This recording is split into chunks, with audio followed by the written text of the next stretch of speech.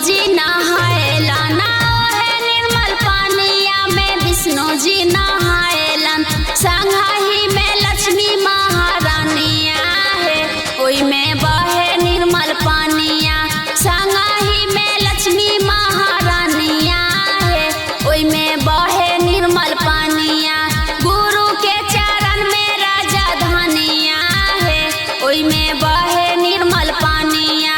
गुरु के चरण में राजा धनिया है, ओई में बहे निर्मल पानिया।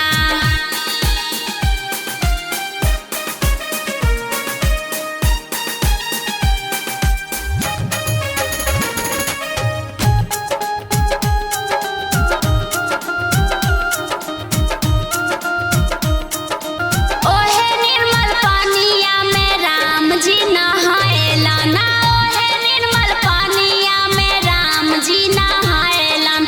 संगहि में सीता महारानिया है, ओई में बहे निर्मल पानिया।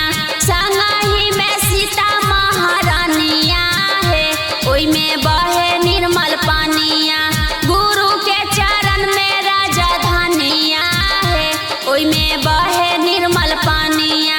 गुरु के चरण में राजा धनिया है, ओई में बहे निर्मल पानिया।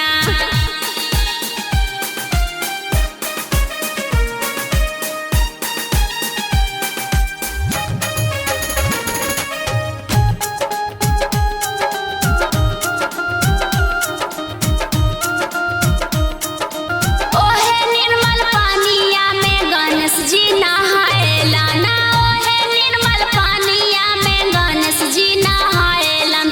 संगहि में रिद्धि सिद्धि रानिया है, ओई में बहे निर्मल पानिया।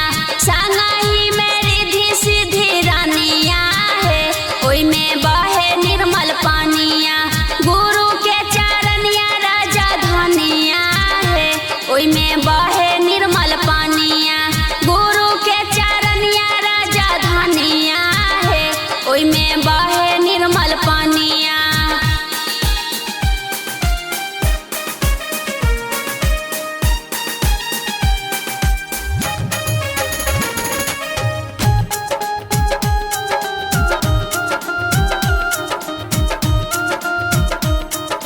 ओहे निर्मल पानिया में सब देवा नहाएलन, ओहे निर्मल पानिया में सब देवा नहाएलन। संगहि में सब देवी रानिया है, ओई में बहे